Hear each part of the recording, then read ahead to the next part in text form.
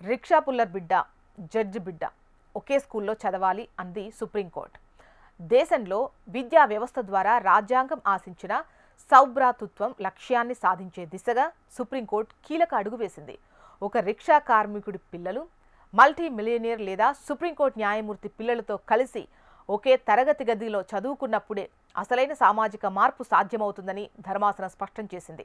విద్యా హక్కు చట్టం కింద ప్రైవేట్ అన్ఎయిడెడ్ పాఠశాలల్లో పేద వెనుకబడ్డ వర్గాల పిల్లలకు కేటాయించిన 25% ఉచిత సీట్ల అమలుపై విచారణ చేపట్టింది. ఒక ఆటో డ్రైవర్ లేదా వీధి వ్యాపారి బిడ్డ ధనవంతుల బిడ్డతో కలిసి పాఠశాలలో ఒకే బెంచ్పై కూర్చోవడం అనేది సహజమైన నిర్మాణాత్మకమైన ప్రక్రియగా మారాలి.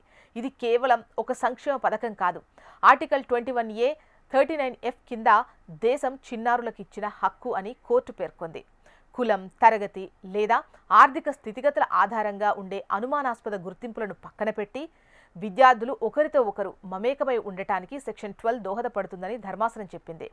సమాజంలోని అన్ని వర్గాల పిల్లలు వివక్ష లేకుండా విద్యను అభ్యసించే సాధారణ పాఠశాల వ్యవస్థపై గతంలో కొఠారి కమిషన్ ఇచ్చిన నివేదికను కోర్టు ఈ సందర్భంగా గుర్తు చేసింది.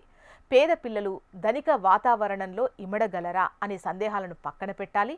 ఉపాధ్యాయులు ఆ పిల్లల నేపథ్యాలను ఒక వనరుగా మార్చుకొని వారి గౌరవాన్ని పెంచాలి అని సూచించింది.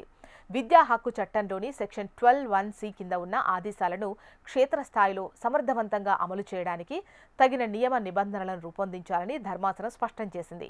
చట్టంలోని సెక్షన్ 38 కింద ఉన్న అధికారాలను ఉపయోగించి వెనుకబడ్డ బలహీన వర్గాల పిల్లల ప్రవేశాలకు సంబంధించి అవసరమైన సబార్డినేట్ చట్టాలను సిద్ధం చేయాలని కేంద్ర రాష్ట్ర ప్రభుత్వాలను కోరింది. సమానత్వం, స్వేచ్ఛ అనేవి వ్యక్తిగత హక్కులు కావచ్చు, కానీ సౌభ్రాతృత్వం అనేది సంబంధాలపై ఆధారపడి ఉంటుంది.